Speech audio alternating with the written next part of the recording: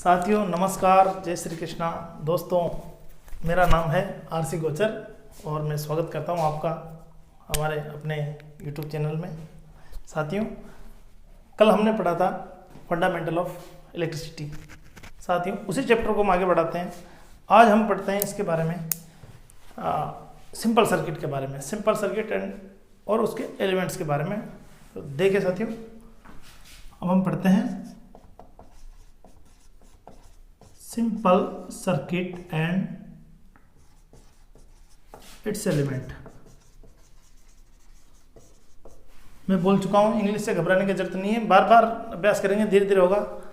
साधारण परिपथ, सर्किट का मतलब होता है परिपथ, सिंपल मतलब साधारण, साधारण परिपथ और उसके तत्व, एलिमेंट मतलब तत्व। साथियों, बहुत ही अच्छा टॉपिक है ये आज का। आप बिल्कुल डीपली होकर पढ़ो, कल का आपको मुझे पूरा विश्वास है समझ में आया होगा।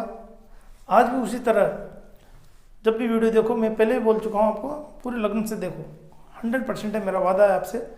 आप बहुत ही अच्छा इलेक्ट्रिकल थ्योरी को बहुत ही अच्छा रिकवर करोगे। तो चलते हैं साथियों, ज़्यादा टाइम नहीं लगाते हैं आपका, वीडियो बहुत लंबा हो जाता है, प्रॉब्लम आती है अपलोड करने में भी। साथियों, सिंपल सर्किट, अभी इसके बारे में हम क्या बताएं। देखो दोस्तों, जितना भी इलेक्ट्रिकल में अगर आपसे डायग्राम बन सकता है और अगर डायग्राम से आप समझ सकते हो तो सबसे बेस्ट है। हर चीज़ का डायग्राम बनाओ, उससे बेस्ट कोई तरीका नहीं इलेक्ट्रिकल समझने का। तो साथियों, हम बात करें सिंपल सर्किट की। सिंपल सर्किट क्या होता है दोस्तों? सर्किट का मतलब होता है परिपथ। देखो, जैसे मैं आपको चित्र बना के बताता हूँ। सबसे पहले ये थे साथियों, ये है वोल्टेज सोर्स। क्या है मित्रों? ये इसको बोलेंगे वोल्टेज सोर्स, जिसको हम बोल देंगे बैटरी। इसको क्या बोलेंगे? बैटरी। इसके अंदर क्या होता है? वोल्टेज होता है। इसका जो बड़ा सिरा है ये प्लस होता है, छोटा होता है माइनस होता है, ये ध्यान रखिए। बैटरी का टर्मिनल का जो हम चिन्ह बनाते हैं, सिंबल बनाते हैं, उसमें बड़ा सिरा किसका होता है? प्लस का, छोटा होता है माइनस का। अब साथियों, इसमें हम क्या जोड़ देंगे? देखो, सिंपल सर्किट क्या होता है मैं आपको बताता हूँ। इसमें हम एक स्विच लगा देंगे। ये स्विच का सिंबल है दोस्तों, देखते देखते जाओ। और ये हमने लगा दिया साथियों लोड। देखो, समझो आप, समझने की कोशिश करो। सिंपल सर्किट क्या होता है? कोई हार्ड नहीं है, बिल्कुल इजी है। ये है साथियों स्विच, इसको हम एस से रिप्रेजेंट करेंगे। ये है रेजिस्टेंस लोड, जिसको हम आर से रिप्रेजेंट करेंगे। अब ये आर क्या है? प्रतिरोध है, जिसको हिंदी में प्रतिरोध बोलते हैं, हिंदी में, इंग्लिश में रेजिस्टेंस बोलेंगे। धीरे धीरे समझ में आएगा आपको, हर चीज़ समझाऊंगा। अब पहले आप समझो सिंपल सर्किट। सिंपल सर्किट क्या होता है साथियों? सिंपल सर्किट एक ऐसा सर्किट होता है जिसमें क्या होता है कि जब स्विच बंद हो, कब? जब अभी स्विच देखो खुला हुआ है, खुला हुआ है ना। जब स्विच बंद हो, जब बंद स्थिति में होगा तो ये इस तरह यहाँ आ जाएगा और ये बंद हो जाएगा। बंद स्थिति में जब स्विच है तो उस स्थिति में क्या होगा? इसमें धारा फ्लो होने लग जाएगी। जैसे ये बंद होगा तो इसमें क्या होगा? यहाँ से करंट बहने लग जाएगी और यहाँ से ये करंट बहती, करंट को हम आई से रिप्रेजेंट करेंगे। तो करंट बहती बहती कहाँ चली जाएगी? प्रतिरोध में, और प्रतिरोध से वो करंट बहती हुई कहाँ जाएगी? नेगेटिव टर्मिनल पर, बैटरी के नेगेटिव टर्मिनल पर आ जाएगी।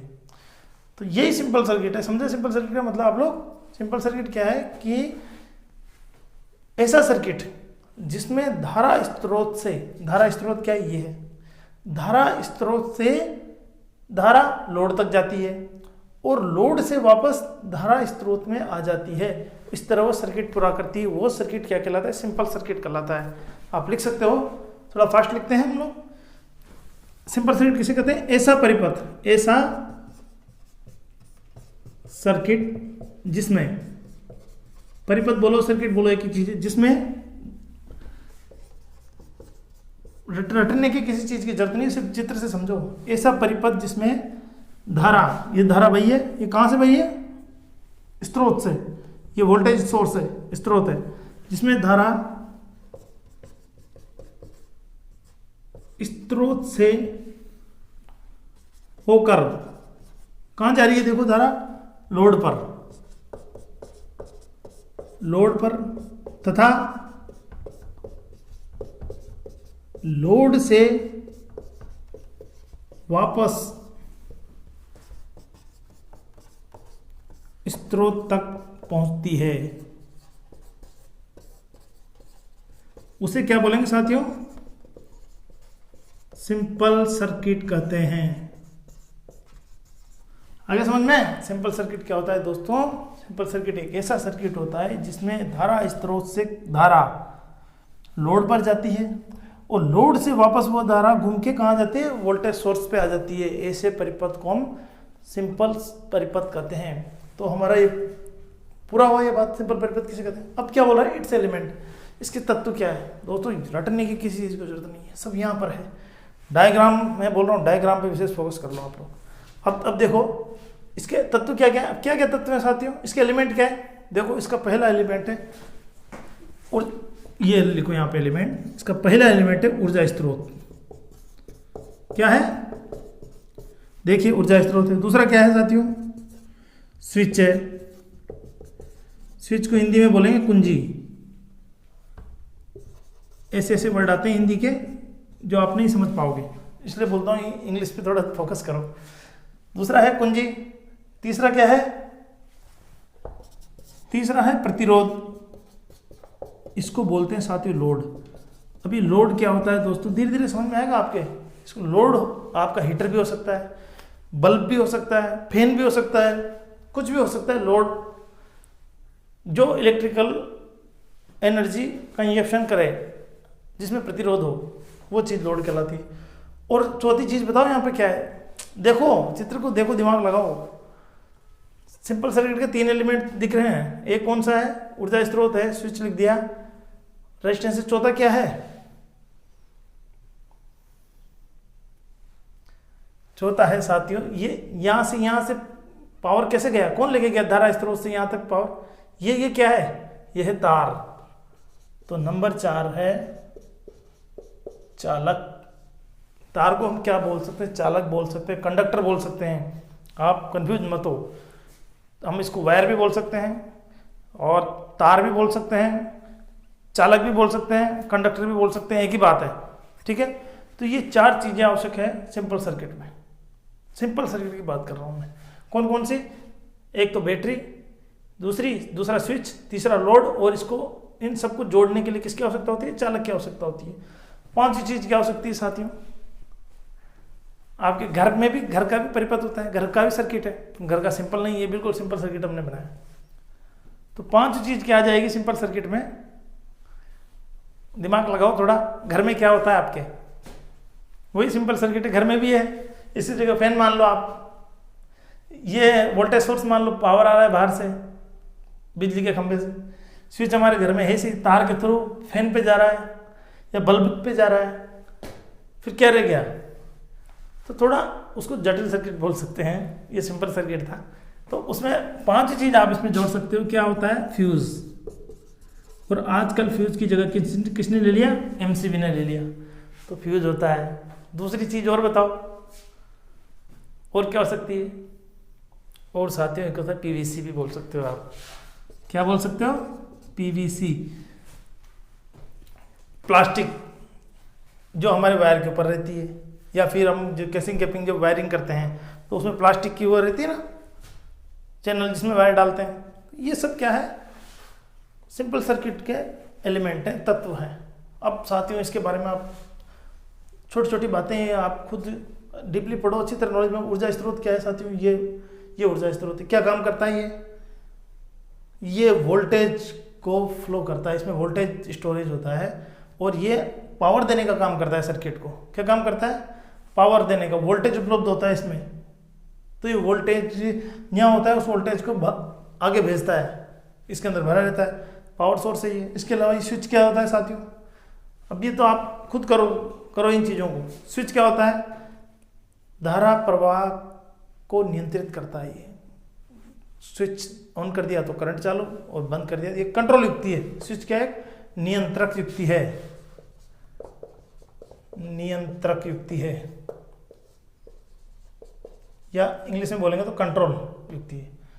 ये क्या है? लोड है। ये क्या करता है साथियों? ये एनर्जी कंजप्शन करता है। जो करंट है उसको, जो करंट यहाँ से फ्लो होती है, वोल्टेज यहाँ से निकल, उनको क्या है? एब्जॉर्व करता है लोड। और जितना रेजिस्टेंस, हर पदार्थ में रेजिस्टेंस होता है, ऐसा कोई पदार्थ नहीं है जिसमें रेजिस्टेंस नहीं हो। कल मैं बताया होगा रेजिस्टेंस के बारे में आपको, प्रतिरोध बोलते हैं उसको, आज बताऊंगा, आज कल नहीं बताया शायद, प्रतिरोध बोलते हैं। तो ऐसा कोई पदार्थ नहीं है जिसमें प्रतिरोध नहीं हो, कुछ ना कुछ। तो ये क्या करता है कि वोल्टेज को एब्जॉर्व करता है और फिर जो खुद एब्जॉर्व करने के बाद जो बचता है उसको वापस इधर भेज देता है। तो ये प्रतिरोध है। अगर किसी पदार्थ का कम प्रतिरोध है तो उसमें करंट बहुत ज़्यादा फ्लो होगा, इस चीज़ का ध्यान रखो आप। किसी पदार्थ में कम प्रतिरोध है तो बहुत ही ज़्यादा उसमें करंट फ्लो होगा, और अत्यधिक प्रतिरोध है तो उसमें बहुत ही कम करंट फ्लो होगा। तो ठीक है साथियों, अब ये हमारा जो छोटा टॉपिक था ये तो हो गया। अब हम बात करते हैं अगले पॉइंट पर, इलेक्ट्रिक करंट। देखो शांति से सुनना, इस बहुत ही अच्छा टॉपिक है। सॉरी मैं भूल जाता हूँ, आप स्क्रीनशॉट ले लिया करो।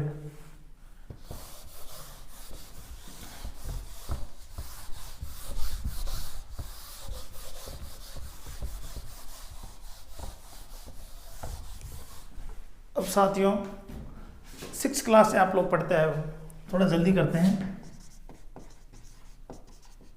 इलेक्ट्रिक करंट, इसको बोलते हैं विद्युत धारा। एक ही बात है, इलेक्ट्रिक करंट बोलो, विद्युत धारा बोलो, दोनों ही लैंग्वेज आपको आना चाहिए। अब विद्युत धारा क्या होता है साथियों, 6th क्लास में ये डेफिनेशन थी विद्युत धारा की, मैंने भी पढ़ी है, मेरे टाइम थी 6th क्लास में। वहाँ ये था सिर्फ आवेश प्रवाह की दर,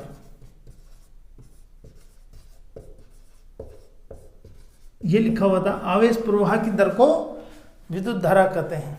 तब तो हमने रट लिया था, आवेश प्रवाह की दर को विद्युत धारा कहते हैं। अब थोड़ा ये चीज़ समझ में आने लगा है। देखो साथियों, विद्युत धारा आवेश के प्रवाह की दर को कहते हैं। इलेक्ट्रॉन्स का बहना ही विद्युत धारा है। इलेक्ट्रिक करंट क्या है, इलेक्ट्रॉन्स का बहना। अगर इलेक्ट्रॉन्स बह रहे हैं उसी को हम क्या बोलेंगे, विद्युत धारा बोलेंगे। अब साथियों आपको मैं बात बताता हूँ, विद्युत धारा है उसको किस में नापा जाता है, उसको एम्पियर में नापा जाता है। किस में नापा जाता है साथियों, एम्पियर में। इसको एम्पियर में नापा जाता है विद्युत धारा को, यानी कि इसका मात्रक क्या है विद्युत धारा का, एम्पियर है। इसको भी हम सर्किट की सहायता से समझने की कोशिश करते हैं, विद्युत धारा को भी बहुत अच्छी आपको समझ में आएगा। अब साथियों सिंपल सर्किट बनाते हैं, अभी हम सिंपल ही पढ़ते हैं। ये प्लस माइनस है, ये आपने चलो स्विच लगा दिया। अब हम लोड की जगह पर बल्ब लगा देते हैं साथियों, ये हमारा बल्ब है। अब एक मिनट, ये अभी ओपन है साथियों, इसको दबाते ही क्लोज हो जाएगा। अब समझो विद्युत धारा के बारे में। जैसे ही ये वोल्टेज सोर्स है, ये बल्ब है, इसको आर से आप प्रतिष्ठित कर सकते हो, ये स्विच है। जैसे ही हम स्विच को दबाएंगे, मतलब स्विच को हम जैसे ही ऑन करेंगे, तो इस स्थिति में क्या होगा साथियों, विद्युत स्रोत ये प्लस है, यहां से करंट का बहना स्टार्ट हो जाएगा।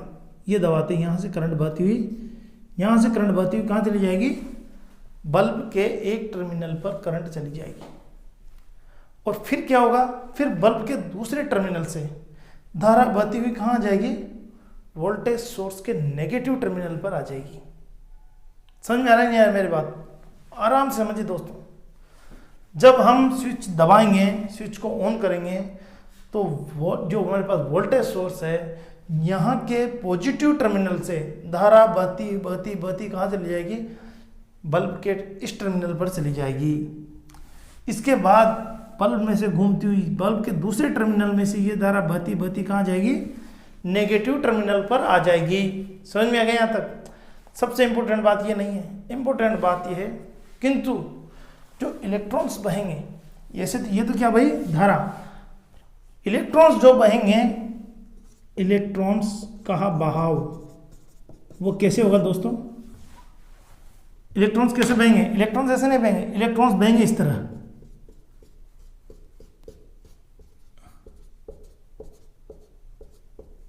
इलेक्ट्रॉन्स इस तरह उल्टी दिशा में बहेंगे, ये ध्यान रखना, बच्चे अक्सर यही गलती करते हैं। करंट की दिशा यूँ होती है तो इलेक्ट्रॉन्स की दिशा यूँ होती है। मतलब इससे यह निष्कर्ष निकलता है, हम इस नतीजे पर पहुंचते हैं कि धारा का प्रवाह किस नतीजे पर पहुंचे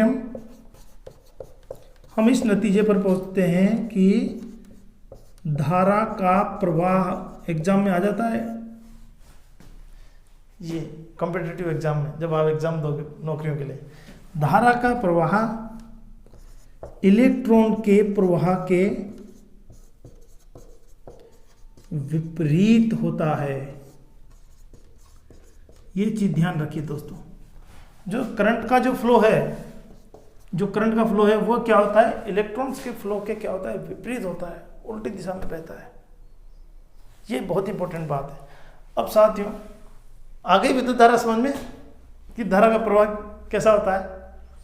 अब हम इसमें दूसरी बात आते हैं कि जो ऊर्जा स्रोत है ये कब होगा, ये जब होगा जब स्विच बंद हो। अगर आपने स्विच ओपन रख रखा है तब ये धारा प्रवाह नहीं होगा, समझ गए। अब हम बात कर लेते हैं विद्युत धारा को किस में नापते हैं साथियों, एम्पियर में नापते हैं। ये ध्यान रखिए, ये भी आता है क्वेश्चन, बहुत आप आगे पढ़ोगे तो बहुत नॉर्मल क्वेश्चन हो जाएंगे, ये धीरे धीरे पढ़ते जाएंगे। इसका मात्रक होता है एम्पियर, और इसको किससे रिप्रेजेंट करते हैं साथियों, AMP लिख देते हैं या फिर AB लिख देते हैं। और विद्युत धारा को किससे रिप्रेजेंट करते हैं, I से। विद्युत धारा को I से रिप्रेजेंट करते हैं, एम्पियर को A से रिप्रेजेंट करते हैं। विद्युत धारा को किस में नापते हैं, एम्पियर में नापते हैं। एम्पियर इसका मात्रक होता है। अब हम एम्पियर की बात करते हैं दोस्तों। एम्पियर जो मात्रक होता है ये क्या होता है, ये तो पता है हमको कि ये धारा को नापने का मात्रक है एम्पियर। पर एक एम्पियर की परिभाषा क्या दी है दोस्तों, देखो एक एम्पियर जो हम पढ़े थे इस दूसरे तीसरे से पहले वाले वीडियो में कि एक एम्पियर तो बहुत होता है, आदमी को मारने के लिए खत्म है आदमी। एक एम्पियर तो बहुत ज़्यादा करंट है। तो एक एम्पियर क्या होता है वो मैं आपको बताता हूँ आज।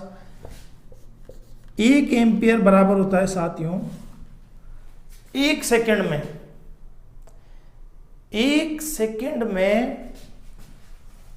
6.24 इंटू 10 की पावर 18 इलेक्ट्रॉन्स। कितने इलेक्ट्रॉन, 6.24 के पीछे 18 जीरो लगा लो। इतने इलेक्ट्रॉन्स किसी चालक, अब चालक बोलो, तार बोलो, कंडक्टर बोलो, ह्यूमन बॉडी भी चालक है, हमारे शरीर में भी इलेक्ट्रॉन्स किसी चालक में किसी चालक में से 1 सेकंड में गुजरे।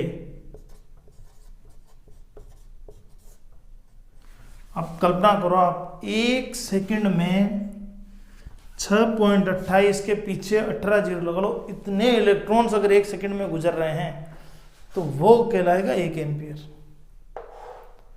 समझ में आया आप लोगों के, इतनी बड़ी मात्रा होती है 1 एम्पियर। हम सोचते हैं ना 1 एम्पियर क्या होता है, कितने इलेक्ट्रॉन घुसेंगे, 6.24 के पीछे 18 जीरो लगाओ, पता नहीं कितने हो जाएंगे। आदमी कहाँ बचेगा, इतने इलेक्ट्रॉन जब हमारे शरीर में प्रवेश करेंगे तो हमारा तो सांप है सो पड़ा। समझ गए। तो यह है एक एम्पियर की परिभाषा। किसी चालक में से 1 सेकंड में 6.24 इंटू 10 की पावर 18 इलेक्ट्रॉन्स का गुजरना 1 एम्पियर के बराबर होता है, 1 एम्पियर कहलाता है। और आगे मैं फिर बताऊंगा I बराबर V/R होता है, उससे भी निकाल सकते हो आप। इसे कैसे निकालोगे, 1 एम्पियर करंट किसके बराबर होता है, 1 ओम प्रतिरोध। 1 ओम प्रतिरोध में 1 वोल्ट अगर गुजारा जाए, ये दोनों का मान 1 कर दो तो 1 का भाग 1 में जाएगा, I का मान 1 ही आ गया ना। तो 1 ओम प्रतिरोध में R प्रतिरोध है, V वोल्टेज है। तो 1 ओम प्रतिरोध में अगर 1 वोल्टेज गुजारते हो तो कितना प्राप्त होता है, 1 एम्पियर प्राप्त होता है। तो ठीक है, आप दोनों जो आपको अकॉर्डिंग लगता है, जैसा आपको सही लगता है वैसा सीखो। दोनों मैंने आपको बता दिया है। अब साथियों इसी पे बात करते हैं अपन। एम्पियर की जब बात आ रही है, आगे टॉपिक नहीं लेते हैं। अब जो एम्पियर होता है ये आपको पता चल गया विद्युत धारा की इकाई है। पर अब एक और होता है साथियों जिसको हम बोलते हैं एम्पियर मीटर। इसकी शॉट ले लो साथियों, फिर मिटा दूंगा मैं। ठीक है दोस्तों, देखो चित्र से आप सब कुछ क्लियर कर लोगे धीरे धीरे। बिना चित्र के आपको समझ में थोड़ा परेशानी आएगी, इसलिए चित्र जरूर बनाओ और इसी से समझो। 2 बार बनाओ अपनी बुक्स में, 3 बार बनाओ, जितना हो सकता है उतना बनाओ। अब साथियों हम बात करते हैं एम्पियर मीटर की। एम्पियर मीटर साथियों इसको अमीटर भी बोल देते हैं, दोनों एक ही चीज है, एम्पियर मीटर या अमीटर या ए मीटर बोल दो, ये सब एक ही मीटर के नाम है। परंतु इंपॉर्टेंट चीज क्या है साथियों, वो मैं अब आपको बताता हूं। एम्पियर मीटर क्या करता है, अभी हमने बोल दिया विद्युत धारा नापता है। एम्पियर मीटर क्या नापता है साथियों, धारा नापता है। किस में नापता है, ये इतनी देर से पढ़ रहे हैं, किस में नापता है, एम्पियर में नापता है। किस में नापता है, एम्पियर में। इसका भी आप चित्र बनाओ, एम्पियर मीटर का भी आप चित्र बनाओ, तो डायग्राम से समझते हैं हमारी चीज को। डायग्राम समझो कि बहुत घुस जाएगा दिमाग में, निकालने से भी नहीं निकलेगा, ऐसा है। अब एम्पियर मीटर की हम बात कर रहे हैं साथियों, थोड़ा दिमाग लगाओ आप। ये क्या है, किसको नापता है, विद्युत धारा को। और विद्युत धारा क्या है, फ्लो ऑफ इलेक्ट्रॉन्स, इलेक्ट्रॉन्स का बहना विद्युत धारा है। दिमाग लगाओ आप। एम्पियर मीटर किसको नापता है, विद्युत धारा को नापता है। विद्युत धारा किसे कहते हैं, आवेश प्रवाह की दर को विद्युत धारा कहते हैं, या फिर इलेक्ट्रॉन्स के बहने की दर को। आवेश प्रवाह, आवेश क्या, इलेक्ट्रॉन से तो है, नेगेटिव आवेश का मतलब पॉजिटिव और नेगेटिव, तो नेगेटिव आवेश इलेक्ट्रॉन से, तो इलेक्ट्रॉन्स के बहने को ही विद्युत धारा कहते हैं। तो साथियों इलेक्ट्रॉन्स हमने तो देखे नहीं, तो हम और आदमी उसको गिन भी नहीं सकता, तो उसको किससे नापते हैं, एम्पियर मीटर से नापते हैं। हमें इलेक्ट्रॉन्स आंखों से नहीं दिखते, तो हम भाई देख के नाप लें, तो हम उनसे गिन सकते हैं। तो ऐसी स्थिति में क्या होता है, हम किसका यूज कर सकते हैं, एम्पियर मीटर का यूज कर सकते हैं। तो ये जो एम्पियर मीटर है, डायग्राम के थ्रू समझाते हैं साथियों। दूसरा डायग्राम बनाते हैं। आप लोड लगाओ, बल्ब लगाओ, एक ही बात है। लोड को ही बल्ब बोलते हैं, रेजिस्टेंस भी इसी को बोलते हैं, कोई कंफ्यूजन नहीं है इसमें। हम लोड की जगह बल्ब भी लगा लेते हैं। अब देखो साथियों, ये हमने वोल्टेज सोर्स ले लिया, सिंपल सर्किट। हम क्या पढ़ रहे हैं, एम्पियर मीटर पढ़ते हैं। एक चीज इंपॉर्टेंट ध्यान रखें, एम्पियर मीटर हमेशा, ये क्या होता है, हमेशा लोड के श्रेणी क्रम, इंग्लिश में इसको बोलेंगे सीरीज, क्या बोलेंगे, सीरीज कनेक्शन, ACRIES बस, में लगाते हैं। हमेशा एम्पियर मीटर कहाँ लगेगा, लोड के श्रेणी क्रम में। तो अब देखो लोड यहाँ है, तो मैं यहाँ लगाऊंगा एम्पियर मीटर पर, यहाँ नहीं, आपको कंफ्यूज हो गए थोड़ा, तो यही लगा देता हूँ। ये लोड है, इसके सीरीज में ये एम्पियर मीटर हमने ये लगा दिया। ये स्विच यहाँ बना देते हैं। अब देखो साथियों, डायग्राम से समझने की कोशिश करो। ये हमारा बल्ब है, ये हमारा वोल्टेज सोर्स है, ये हमारा स्विच है, ये क्या है,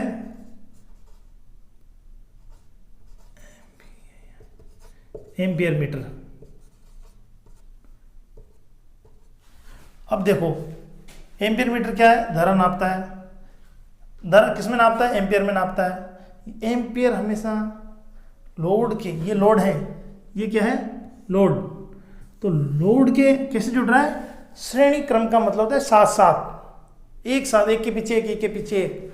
जैसे हम डेकोरेशन में बल्ब देखते हैं ना, पूरी लड़ रहती लंबी की लंबी, शादियों में घरों के ऊपर लगाई जाती है, तो उसको जो वो क्रम है, एक के पीछे एक के पीछे एक जो लाइट होती है, उसको बोलते हैं श्रेणी क्रम। तो देखो ये इसके पीछे ही है ना एम्पियर मीटर। ये बहुत इंपॉर्टेंट एग्जाम में आता है, एम्पियर मीटर कैसे लगा होता है, किस क्रम में लगा होता है, कॉम्पिटिटिव एग्जाम में ये पूछ लिया जाता है। तो ये ध्यान रखिए, एम्पियर मीटर हमेशा लोड के श्रेणी क्रम में लगाते हैं। ये लगा के देख लिया, चित्र को ध्यान रखो, डायग्राम ध्यान रखो, ऑटोमेटिक आ जाएगा।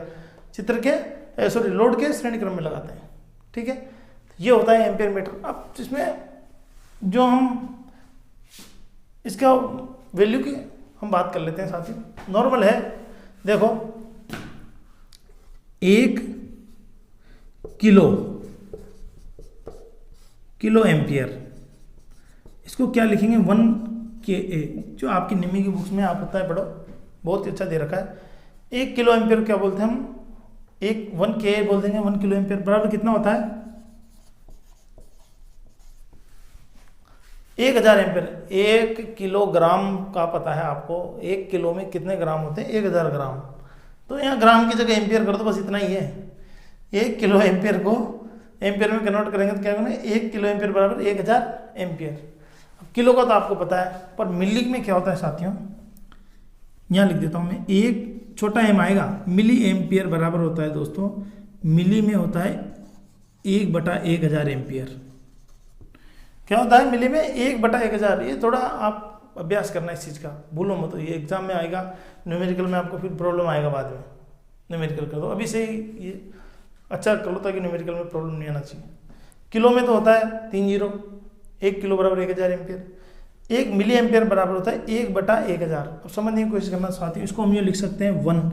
अब ये इसको हम, ये तो 3 जीरो ऊपर थे ना, तो इसको हम लिख सकते हैं 1 × 10⁻3, ये लिख सकते हैं हम। देखो 1 2 3, तो 10 के ऊपर 3 जीरो लगा दिया हमने, पर ये कहाँ है, नीचे है। ये तो ऊपर था तो हमने 10⁻3 लिख दिया, पर ये नीचे है तो हम इसको लिखेंगे इंटू 10⁻−3। -3 क्यों है बेटा, क्योंकि ये बटा में है, समझो आप, ये बटा में, इसलिए इसको क्या लिखेंगे -3। तो 1 मिली एम्पियर बराबर 1 × 10⁻−3 एम्पियर। अब एक माइक्रो एम्पियर की बात करते हैं, माइक्रो को लिखते हैं यूँ, 1 माइक्रो एम्पियर बराबर होता है 1 2 3 4 5 6 जीरो। 1 माइक्रो एम्पियर बराबर होता है 1/1 के नीचे 6 जीरो। तो इसको हम क्या लिखेंगे बताओ आप मेरे को। जब यहाँ 3 जीरो था तो हमने 10 की घात -3 कर दिया, यहाँ कितना जीरो है, 6 जीरो है, तो यहाँ क्या करेंगे 10⁻6, पर क्या आएगा, ये बटा में, इसलिए किस में आएगा, माइनस में। ये चीज़ आप समझ लो, ये चीज़ आप समझ लो, ये चीज़ आपकी न्यूमेरिकल में काम आएगी आगे, और जो एग्जाम पर्पज से भी बहुत इंपॉर्टेंट है। ये किसका चिन्ह है, माइक्रो का। तो माइक्रो बराबर होता है 10⁻⁻6, और मेगा आ जाए तो 10⁻6। इसी तरह किलो आ जाए तो 10⁻3, और मिली आ जाए तो -3। ठीक है, तो ये हमारा हो गया एम्पियर का खत्म। अब साथियों एम्पियर के बाद हम बात करते हैं, एम्पियर मीटर हो गया, अब हम बात करते हैं वोल्ट मीटर की। थोड़ा फास्ट करते हैं, टाइम लग जाता है।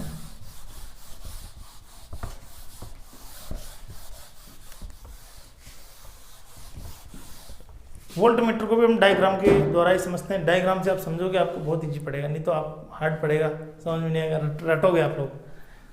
साथियों हम पढ़ते हैं वोल्ट मीटर। वोल्ट मीटर क्या होता है साथियों, सबसे इंपॉर्टेंट बात तो ये वोल्टेज नापता है। पहले इसका डायग्राम बनाते हैं हम। वही लोड लगा दिया, ये बल्ब लगा दिया हमने, ये वोल्टेज सोर्स दे दिया, ये स्विच लगा दिया। अब देखो एम्पियर मीटर तो इसके कहाँ लगाता है, सीरीज में, ये लगता है समांतर क्रम में। समांतर का मतलब होता है कि हम इसको लगा दो यहाँ पर, ये वोल्ट मीटर हमने लगा दिया। अब ये लोड के कहाँ है, समांतर में है, जैसे ऊपर नीचे है, तो ये हो गया समांतर क्रम। ये ध्यान रखना, एम्पियर मीटर कैसे लगता है, श्रेणी क्रम में, सीरीज में। ये लगता है समांतर क्रम में, अंग्रेजी में इसको बोलेंगे पैरेलल। देखो ये इसके पैरेलल है लोड के, इसलिए इसको क्या बोलेंगे, पैरेलल। ये स्विच हो गया, ये वोल्टेज हो गया, बैटरी, ये वोल्टमीटर हो गया, ये हो गया लोड, या इसको आर भी बोल सकते हो आप। करंट फ्लो यूँ होगा जब इसको स्विच ऑन करेंगे। तो वोल्ट मीटर क्या होता है साथियों, ये क्या नापता है, वोल्टेज नापता है। वोल्टेज नापने के काम आता है। वोल्ट मीटर क्या काम आता है, वोल्टेज को नापने के काम आता है। दूसरी बात, वोल्ट मीटर के अंदर क्या आएगा, सबसे जो मैं आपको बताऊं, ये समांतर क्रम में जुड़ा होता है। किसमें, समानांतर क्रम, अंग्रेजी में क्या बोलेंगे, पैरेलल में ये जुड़ा रहता है। आप डायग्राम से सीखने की कोशिश करें। अगर डायग्राम आपके दिमाग में बैठ गया तो आप थ्योरी की कोई जरूरत नहीं है, आप ऑटोमेटिक आप खुद ही लिख दोगे वोल्ट मीटर के बारे में, वोल्ट मीटर क्या होता है, कैसे काम करता है। ठीक है साथियों, अब हम जो हमने वहाँ बताया था वो हम यहाँ वो वोल्ट मीटर का यहाँ भी लिख सकते हैं, जैसे वहाँ लिखा था हमने। जैसे कि 1 किलो वोल्ट बराबर कितना होगा साथियों, किलो लग गया तो 1000 वोल्ट। 1 मिली वोल्ट बराबर क्या होगा, 1/1000 वोल्ट। इसको क्या लिखेंगे, 1 × 10 की पावर, देखो नीचे है तो क्या लिखेंगे, -3 वोल्ट। समझ गए। 1 माइक्रो वोल्ट बराबर क्या होगा, 1 2 3 4 5 6, इसको क्या लिखेंगे 1 इंटू 10 की पावर -6 वोल्ट। प्रॉब्लम आ रहा है क्या? एक बार दिमाग में बिठा लो, फिर आपको बहुत मजा आएगा आगे। अभी स्टार्टिंग है, इलेक्ट्रिकल हार्ड नहीं है, अगर रोज पढ़ोगे तो बहुत मजा आने आएगा इसमें, ऐसा है, बहुत इंटरेस्ट आता है। तो हमने पढ़ लिया साथियों, एम्पियर मीटर पढ़ा। एम्पियर मीटर में ध्यान रखने का, ये सीरीज में लगता है, श्रेणी क्रम संयोजन में, ये लगता है समांतर क्रम संयोजन में। अब हम इसके आगे पढ़ते हैं दोस्तों ईएमएफ। अब मैं आपको ईएमएफ के बारे में बताता हूँ, ईएमएफ क्या होता है।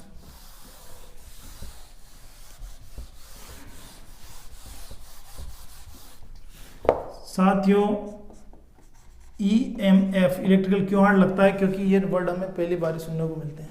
अगर इनका हम रोज अध्ययन करेंगे तो ये हार्ड, सबसे हार्ड नहीं है, सबसे इजी है फिर इलेक्ट्रिकल, ऐसा है। इसका फुल फॉर्म होता है इलेक्ट्रोमोटिव फोर्स। हिंदी में बता रहा हूं आपको, विद्युत इलेक्ट्रो क्या बोलते हैं, विद्युत वाहक बल। देखो साथियों ईएमएफ क्या होता है, देखो आराम से सुनो, समझ में नहीं आता है तो आप मेरे को कमेंट करना है, चीज ऐसा है। ईएमएफ क्या होता है साथियों, इसको हिंदी में बोलते हैं हम विद्युत वाहक बल। इसको डायग्राम के माध्यम से भी इसको मैं समझाता हूँ आपको साथियों। ये हमारे पास बैटरी है, ठीक है दोस्तों, समझने की कोशिश करना। अब ये प्लस है, ये माइनस है, ये आपने स्विच भी लगा दिया, ये आपने, ये रेजिस्टेंस है, लोड है यहाँ पर, ये स्विच लगा दिया, ये बैटरी। जैसे ही आप स्विच ऑन करोगे तो इसमें क्या होगा, करंट बना स्टार्ट हो जाएगा, और ये करंट कहाँ चला जाएगा, यहाँ, फिर यहाँ से यहाँ जाएगा। ये बात मैं आपको पढ़ा चुका ना। अब ईएमएफ क्या है दोस्तों, ईएमएफ है विद्युत वाहक बल। ऐसा बल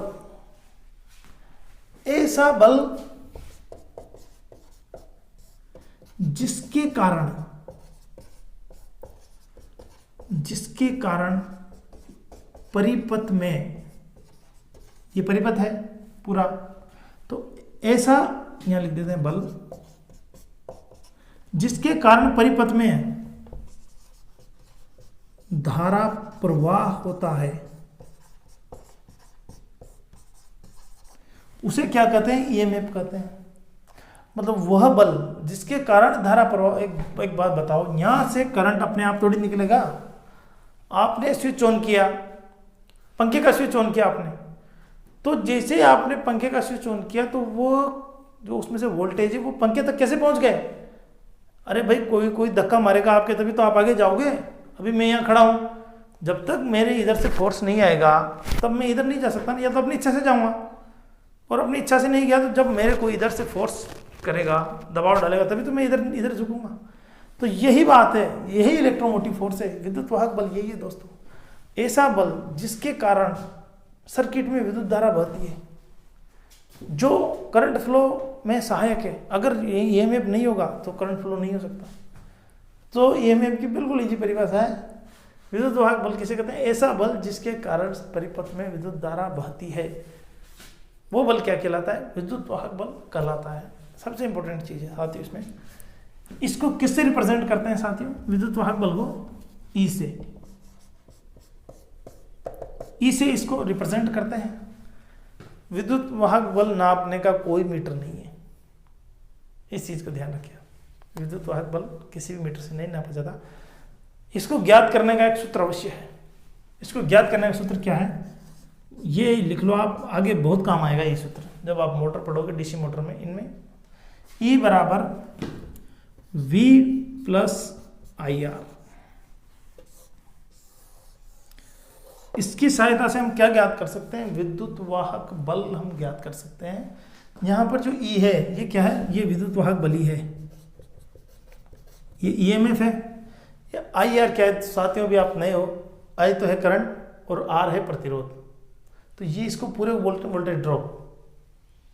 V बराबर क्या होता है, आगे हम ओम के नियम में पढ़ेंगे, आपको समझ में आएगा सब। तो ये है V बराबर IR।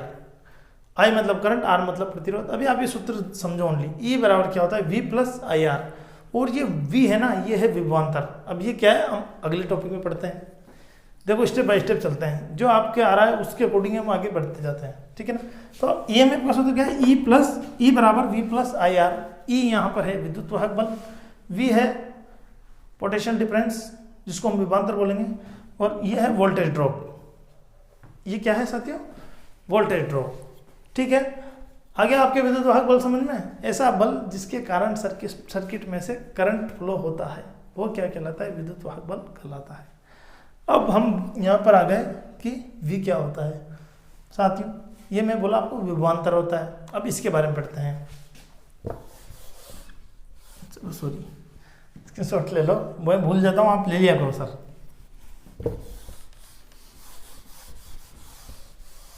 अब हम पढ़ते हैं साथियों विभवांतर। विभवांतर देखो मित्रों, इसको बोलते हैं पोटेंशियल डिफरेंस, इसको हम पीडी के नाम से भी जानते हैं। इसको क्या बोलते हैं, पोटेंशियल डिफरेंस, इंग्लिश में शॉर्ट में इसको पीडी भी बोलते हैं। अब देखो विभवांतर क्या होता है, विद्युत वाहक बल तो आपके समझ में आ गया। अब विभवांतर क्या होता है, ये जो सर्किट है दोस्तों, इस सर्किट में आपको विद्युत वाहक बल समझ में आया कि जो इसमें करंट फ्लो करवाता है वो विद्युत वाहक बल कहलाता है। परंतु विभवांतर क्या होता है, तो इस सर्किट में जो ये प्रतिरोध है, अब मेरी बात सुनो आप, जब यहाँ से करंट फ्लो हुआ कहाँ गया, यहाँ गया, जो भी यहाँ से फ्लो होगा वो यहाँ जाएगा, कुछ क्या करेगा, ये एब्जॉर्ब कर लेगा। ये लोड है ना, ये खाता है, ये खाने के बाद यहाँ क्या आएगा, जैसे मान लो कि यहाँ से वोल्टेज फ्लो, यहाँ से जैसे स्विच ऑन किया, जितना वोल्टेज था 12 वोल्ट का बैटरी, तो ये 12 वोल्ट यहाँ आ गया। उसके बाद क्या करोगे साथियों, जैसे ही आप यहाँ पे 12 वोल्ट आएगा, कुछ को ये खा जाएगा और फिर वो वोल्टेज बच्चा कुछ यहाँ आएगा और फिर वो वापस नेगेटिव में चला जाएगा। तो इन दोनों के बीच क्या एक डिफरेंट पैदा हो जाएगा। जैसे यहाँ 12 थे तो यहाँ 10 मिले आपको, 2 ये खा गया, आपको समझाने के लिए बता रहा हूँ मैं। तो इन दोनों के बीच अगर आप वोल्ट मीटर से नापोगे, वोल्टेज नापोगे, तो ये क्या आ जाएगा, इस वोल्टेज की तुलना में ये यहाँ पर हमें कम प्राप्त होगा। नहीं होगा क्या, यहाँ पे 12 वोल्ट था, यहाँ से फ्लो होता हुआ यहाँ आ गया, तो ये रेजिस्टेंस कुछ एब्जर्व कर जाएगा। ये लोड हमारा बल्ब है, लाइट है, कुछ भी, वो भी तो खाएगा ना। तो ये खाएगा तो हम जब इसके दोनों टर्मिनल पर वोल्टेज नापेंगे तो ये इसकी तुलना में हमें कम प्राप्त होगा। तो ये जो डिफरेंट है, इन दोनों के बीच जो अंतर हमें आया है, इसी को हम विभवांतर कहते हैं। नहीं आया समझ में? जब किसी सर्किट में प्रतिरोध, अब ये आर क्या है, प्रतिरोध है, इसको लोड बोल दो आप। लोड के सिरों पर पाया जाने वाला अंतर, लोड के सिरों पर जो अंतर आता है साथियों, वो क्या होता है, पीडी होता है, पोटेंशियल डिफरेंस होता है। नहीं आया समझ में? ईएमएफ तो साथियों उसे कहते हैं जो करंट यहाँ से जो निकलेगा वो ईएमएफ होगा, और यहाँ आने के बाद यहाँ तक तो वही रहेगा, यहाँ एब्जॉर्ब हो जाएगा, कुछ खा जाएगा और यहाँ पे हमें कम प्राप्त होगा। मैं आपको समझाने के लिए बताया हूँ कि यहाँ 12, तो यहाँ खाने के बाद 10 ही रहेगा। तो इन दोनों के बीच जो डिफरेंट आया ना, इन दोनों टर्मिनलों पे जो अंतर आया, यहाँ 12 था, यहाँ 10 आ गया, इसी को पोटेंशियल डिफरेंस कहते हैं। इसको अंग्रेजी में पोटेंशियल डिफरेंस कहते हैं, हिंदी में इसको विभवांतर कहते हैं। एक बात हमेशा ध्यान रखिए, इसको भी हम V से ही दर्शाते हैं, ईएमएफ को दर्शाते हैं वोल्ट। ईएमएफ का भी मात्रक वोल्ट है और इसका भी मात्रक वोल्ट है। पर मैं बताऊं आपको, इसको हम वोल्ट मीटर से नाप सकते हैं। ये विभवांतर को हम ईएमएफ को नापने का हमारे पास कोई इंस्ट्रूमेंट नहीं है। पोटेंशियल डिफरेंस को हम वोल्ट मीटर की सहायता से नाप सकते हैं। अब देखो मित्रों, एक बात हमेशा ध्यान रखो, यहाँ हम देखा है हमने, ये यहाँ कितना वोल्टेज था बैटरी का, 12 वोल्टेज। यहाँ कितना प्राप्त हुआ हमको, 2, यहाँ 10 ही प्राप्त हुआ, 12 में से 2 निकल गए। तो हमेशा जो पीडी होता है, कॉमन सेंस की बात है, हमेशा पीडी क्या होता है, हमेशा कम होता है ईएमएफ से। ये पूंछ होती है ना वो कम, और जो मुंह खुला रहता है वो ज़्यादा। तो हमेशा ये भी क्वेश्चन पुटअप हो जाता है टेक्निकल में, आप जब कंप्यूटर एग्जाम दोगे, हमेशा ईएमएफ का मान क्या होता है, पोटेंशियल डिफरेंस से ज़्यादा होता है, ये लिखना चाहिए आपको। ईएमएफ का मान पोटेंशियल डिफरेंस से ज़्यादा होता है और पोटेंशियल डिफरेंस का मान ईएमएफ से क्या होगा, कम होता है।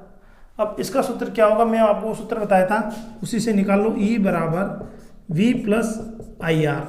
मैं आपको बताया था E क्या है साथियों, यहाँ पर ईएमएफ है, V क्या है यहाँ पर पोटेंशियल डिफरेंस है, और IR क्या है, वोल्टेज ड्रॉप है। तो हम यहाँ निकालेंगे V साथियों, ऐसे निकालो। V की जगह V रह गया, E की जगह E रख दो।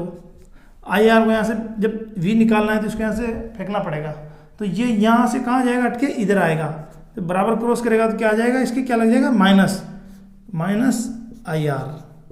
तो V बराबर क्या हो गया, E माइनस IR। तो हम इसको यूँ लिख सकते हैं, V बराबर E माइनस IR। ये किसका सूत्र हो गया, पोटेंशियल डिफरेंस का सूत्र हो गया।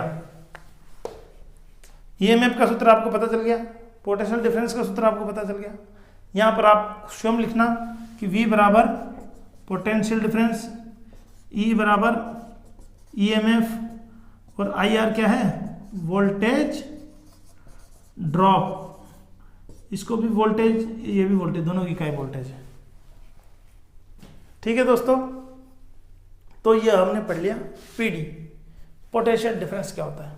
अब साथियों हम हर इंपॉर्टेंट चीज़ पढ़ते हैं। लास्ट टाइम वीडियो बहुत लंबा हो रहा है मेरे को लगता है, फिर प्रॉब्लम आती है लोड करने में। समझ में आ रहा है ना मित्रों, समझ में आ रहा है तो लाइक तो अवश्य करिए, शेयर कीजिए। आपके लाइक करने से मैंने आपको बताया मुझे मोटिवेशन मिलता है, मैं आपको और अच्छा पढ़ाने की कोशिश करूँगा। आप मेरे को लाइक अवश्य करो दोस्तों। अब हम पढ़ते हैं साथियों प्रतिरोध। हम पढ़ेंगे प्रतिरोध, ये लास्ट टॉपिक है आज का।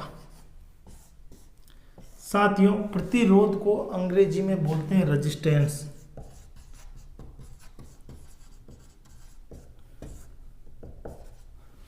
इसको R से प्रदर्शित करते हैं। किससे प्रदर्शित करते हैं दोस्तों, R से।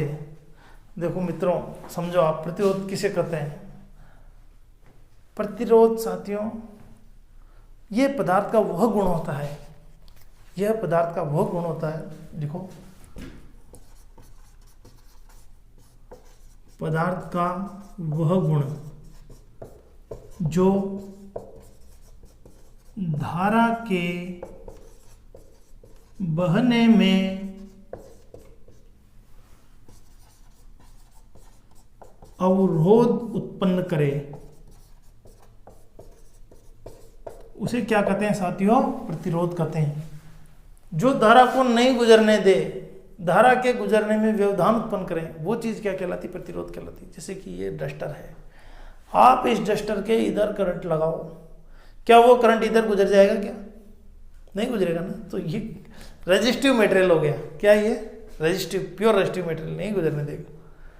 प्रत्येक पदार्थ में रेजिस्टेंस होता है, चाहे कम होता है, किसी में ज़्यादा होता है। चांदी में बहुत ही कम रेजिस्टेंस होता है, और जैसे जैसे जैसे हम लकड़ी में बहुत ज़्यादा होता है, शुष्क हवा में उससे भी ज़्यादा होता है। तो प्रत्येक पदार्थ में रेजिस्टेंस होता है। तो रेजिस्टेंस क्या होता है, वो गुण, पदार्थ का वो गुण जो धारा को बहने में अवरोध उत्पन्न करे या जो धारा को नहीं गुजरने दे, वो चीज़ रेजिस्टेंस कहलाती है। एक बात मैं और बता दूँ, पूरा इलेक्ट्रिकल 3 ही चीज़ों का खेल है साथियों। कौन कौन सा, I, V और R। करंट, वोल्टेज और रेजिस्टेंस दोनों तो मैंने आपको पढ़ा दिया, करंट वोल्टेज, अभी रेजिस्टेंस पढ़ लो। ये 3 पे ही पूरी इलेक्ट्रिसिटी टिकी हुई है। जिन्होंने ये समझ लिया उसे सब समझ में आ जाएगा। तो रेजिस्टेंस क्या है बता चुका हूँ मैं आपको, जो धारा के बने में अवरोध उत्पन्न करे, जो धारा को नहीं गुजरने दे, ऐसा गुण उसका क्या कहलाता है, प्रतिरोध कहलाता है। इसको हम किससे प्रदर्शित करते हैं, R से प्रदर्शित करते हैं साथियों। इसका मात्रक इंपॉर्टेंट है साथियों, इसका मात्रक क्या है, ओम। क्या है इसका मात्रक, ओम। इसका चिन्ह होता है दोस्तों ये, ओम का चिन्ह क्या है, ये होता है। प्रतिरोध का मात्रक ओम होता है। और इसको किससे नापते हैं बताओ, वोल्टेज को वोल्ट मीटर से नापते हैं, जो मैं पढ़ा दिया।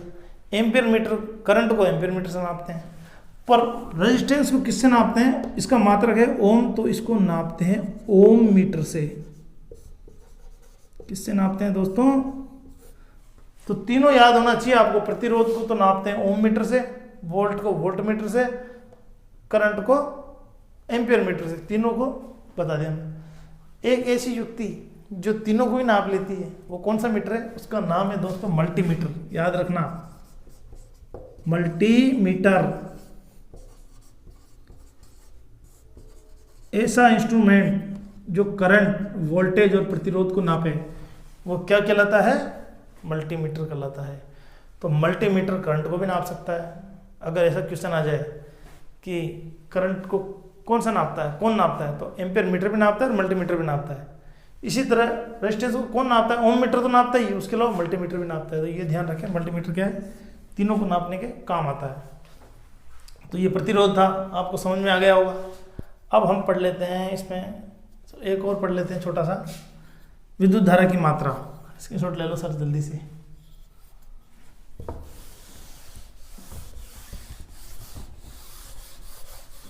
समझ में आ रहा हो तो कम से कम लाइक करो दोस्तों, उससे मुझे उत्साहवर्धन मिलता है आपके लिए और अच्छा काम करने का। अब हम पढ़ते हैं विद्युत धारा की मात्रा। इसमें कुछ भी नहीं है दोस्तों, इसका सूत्र याद रखो बस आप। विद्युत धारा की मात्रा को Q से रिप्रेजेंट करते हैं। Q बराबर होता है I × T, और इसका जो मात्रक है वो कूलाम होता है, कूलम भी बोलते हैं इसको, ठीक है। तो विद्युत धारा की मात्रा क्या है साथियों? ये T है, यहाँ पर I को है करंट, हिंदी में लिख सकते हो आप। इसका मात्रक, इसको नापते हैं एम्पियर में। T क्या है दोस्तों? समय है, टाइम। इसको नापते हैं सेकंड में। तो विद्युत धारा की मात्रा का सूत्र क्या है? Q बराबर I × T। ठीक है दोस्तों, आज के लिए इतना ही। अगर आपके समझ में आया हो तो लाइक अवश्य करो, कमेंट करो दोस्तों, मैं आपके लिए और अच्छा वीडियो बनाऊं।